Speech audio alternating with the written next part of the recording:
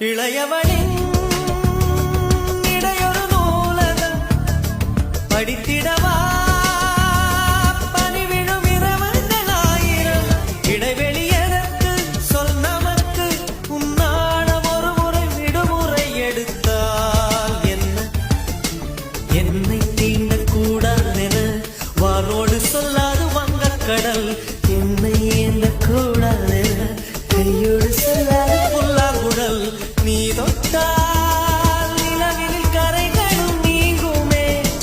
விழிகளில் வழிந்திடும் அழகு நீர்வீழ்ச்சியே எனக்கு நீ